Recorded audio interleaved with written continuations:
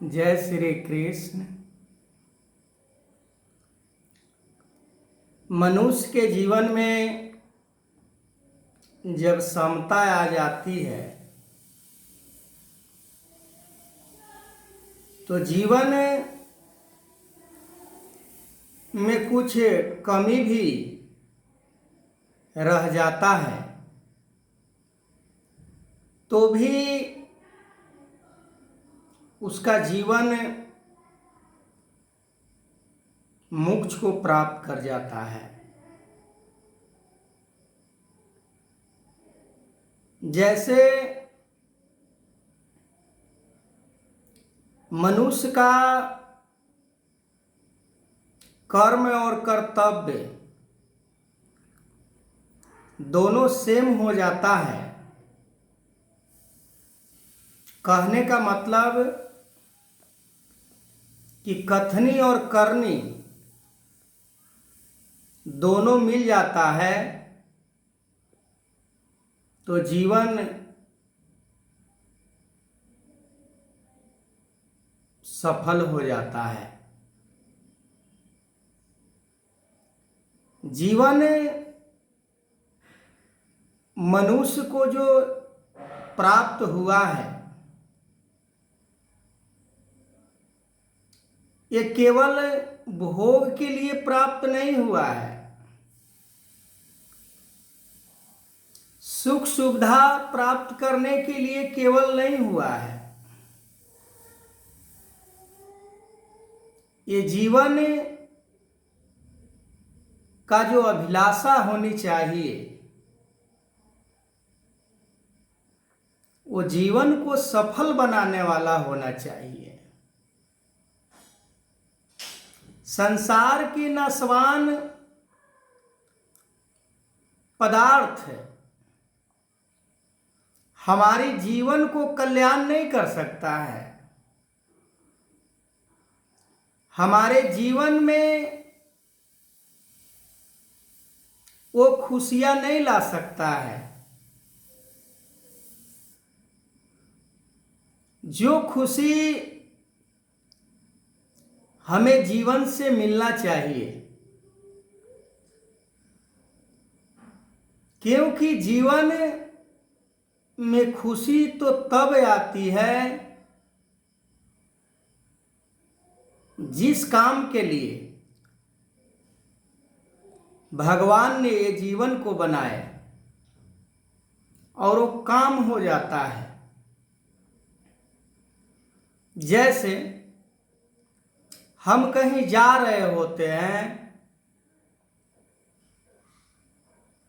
और बीच में कहीं हम रास्ता भटकने के कारण विपरीत दिशा में चले जाते हैं तो हमारा चलना वो सफल नहीं होता है, वो असफल हो जाता है और फिर हमें वहां से वापस होना होता है। आपस होकर पुनः फिर अपने लक्ष्य की तरफ कदम को बढ़ाते हैं। ठीक उसी प्रकार हमारे जीवन जिस कार्य को करने के लिए परमात्मा ने हमें मानव का शरीर बनाया, वो काम यदि नहीं होता है तो हमें फिर संसार में लौट कर आना पड़ता है, भिन्न भिन्न शरीर को धारण करना पड़ता है। यदि हमारे जीवन के अंदर, हमारे मन के अंदर लेश मात्र भी, तनिक मात्र भी समता आ जाता है तो भी हमारा जीवन 84 लाख योनि से मोक्ष को प्राप्त हो जाता है। पर समता ये आता कैसे है? समता यानी धर्म, समता यानी ये स्थिरता, समता यानी विशालता,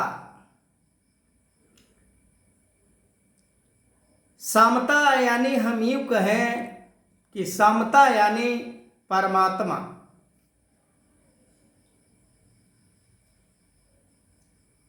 समता के गुण यदि हमारे जीवन में आता है, उसका जो तरंगे होते हैं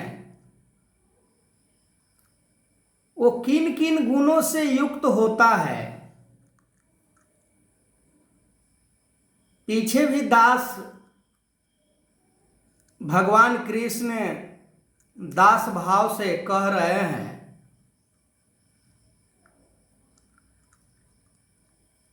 कि दास जो शब्द है कहने में तो बड़ा छोटा लगता है, पर इसका फल जो है बहुत बड़ा है। इस बात को अनेकों संतों ने अपने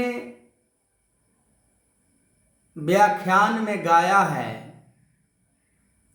कि दास कहावन कठिन है, जानत है सब संत। भगवान कृष्ण ने अर्जुन को दास भावना से युक्त जीवन बनाना चाह रहे हैं। अर्जुन के जीवन में समता को लाना चाह रहे हैं भगवान कृष्ण। वो समता जो कभी नाश नहीं होता, वो समता जो कभी नहीं मरता, वो समता जो कभी जन्म नहीं लेता। मैं आगे इस वीडियो को कंटिन्यू करूंगा। तब तक के लिए जय श्री कृष्ण।